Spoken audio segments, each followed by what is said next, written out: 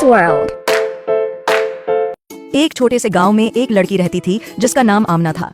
वो खुशमजाज, मोहब्बत करने वाली और हमेशा दूसरों की मदद के लिए तैयार रहती थी। एक रोशन दोपहर स्कूल खत्म करने के बाद आमना घर जा रही थी और उसका बुरा बहुत भारी था।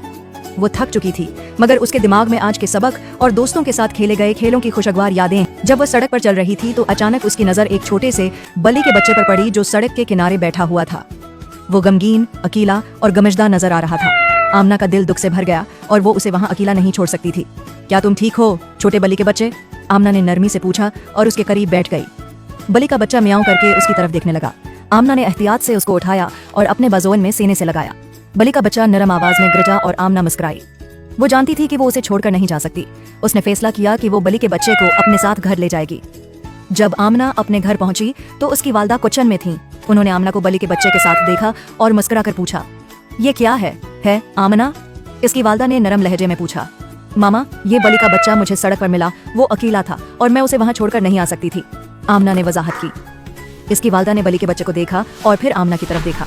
आमना, ये लगता है कि उसे तुम्हारी जरूरत है। तुम उसका क्या नाम रखोगी? आमना कुछ देर सोचकर बोली, मैं उसे नूर रखूंगी क्योंकि वो मेरी जिंदगी में रोशनी लाती है। और उसकी वालदा ने आमना के ख्याल पर मुस्कुरा कर कहा। आमना ने नूर के लिए अपने कमरे में एक बिस्तर बनाया, उसे खाना दिया और उसका ख्याल रखा।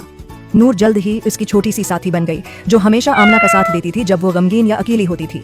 चंद दिन बाद आमना स्कूल में थी और वक्फे के दौरान खेलने के बजाय वो एक बेंच पर बैठी हुई अपनी दोस्त सारा को अकेला देख रही थी जो गमगीन नजर आ रही थी। आमना उसके पास गई। सारा, तुम यहाँ अकेली क्यों बैठी हो? आमना ने फिक्रमंदी से पूछा। परेशान मत हो सारा, आमना खुश होकर बोली। मैं अपने पेंसिल तुम्हारे साथ शेयर करूंगी जब तक तुम अपना पेंसिल केस नहीं ढूंढ लेते। तुम अकेली नहीं हो। सारा का चेहरा चमक उठा और उसने मुस्कुरा कर कहा, शुक्रिया है आमना, तुम बहुत मेहरबान दोस्त हो।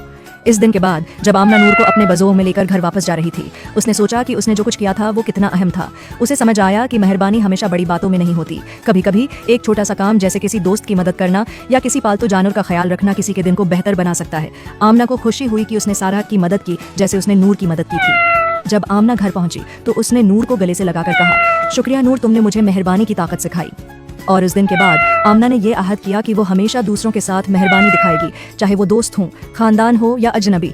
उसे यकीन हो गया कि मेहरबानी वो सबसे खूबसूरत तहफा है जो वो दुनिया को दे सकती है। कहानी का पैगाम, मेहरबानी एक ऐसा तहफा है जो हम सबके पास है और हम उसे दूसरों के साथ बांट सकते हैं। इसका कोई फर्क नहीं पड़ता कि अमल बड़ा है या छोटा। मेहरबानी किसी के दिन को रोशन कर सकती है और दुनिया को बेहतर बना सकती है। हमेशा मेहरबानी का इंतखाब करें। Hey kids, thanks for watching. Don't forget to subscribe our channel and press the bell icon.